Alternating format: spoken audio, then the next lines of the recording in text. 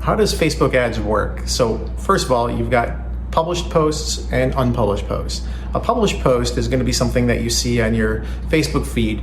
You can actually use that post now to advertise with the Facebook Business Manager, but those published posts are not really advertisements. Those are just organic content, and only 1 to 2% of your audience, people who like your page, are even going to see that. So a lot of times companies will get frustrated because they say, well, hey, I'm posting all this stuff and how come no one likes it?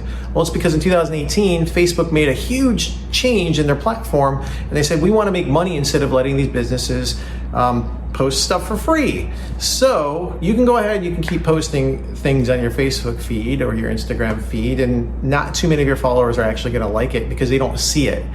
That's because of the algorithms that go on. However, if you're going to advertise to someone, you can advertise to someone based off of their age, gender, behavior, interests, all sorts of different things. It's kind of wild and wacky, but the really cool thing about Facebook ads, if you're a business owner, is that you can actually figure out like who your ideal target market is per product or per service, and you can serve up ads to those very specific people. We like to call it hyper-targeting.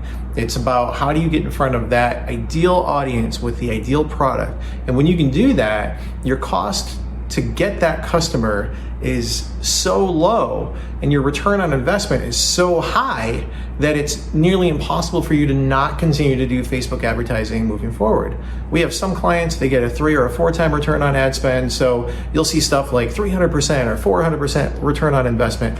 And we have some clients that get 15 to even 20 times return on their ad spend. That just depends on the product offering, the high quality content that they have, videos and so on, how is the copy, and then of course the price point can definitely make a difference too. If you have a $200 item and you can acquire a new customer for $20, that is a 10-time return on your ad spend. That's great. And most companies, if they knew that they could get a 5-time return on their ad spend to acquire a brand new customer, and then you can do all these really great things like remarket and advertise with email and text messaging and everything else that goes on after that one person has signed up to join your service or buy one of your products, then it's just a no-brainer for you not to do Facebook ads.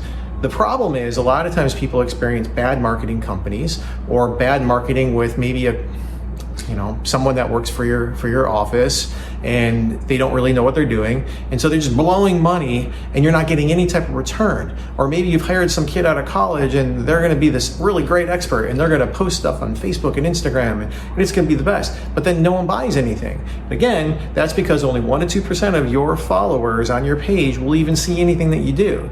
So what you got to do if you want to be smart, and of course you do have to have the right type of product to make sure it fits within something that's going to work within your Facebook audience. If you have a little 50-cent widget, it's probably not worth for you advertising on Facebook unless you're advertising your entire brand. But if you're looking for a direct return on investment for a very small dollar item product, it's probably not going to be worth it. But if you're a lawyer, or if you're a doctor, or if you're if you sell clothing that is $25-30 on an average cost per unit, it's a no-brainer for you to get into Facebook advertising.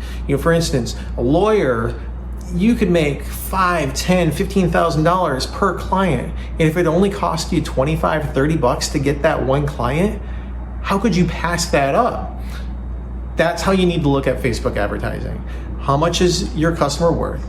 And then how much are you willing to pay to get that customer? And then can you target those ideal customers in your neighborhood, in your state, in the country, worldwide, whatever your plan or your strategy is.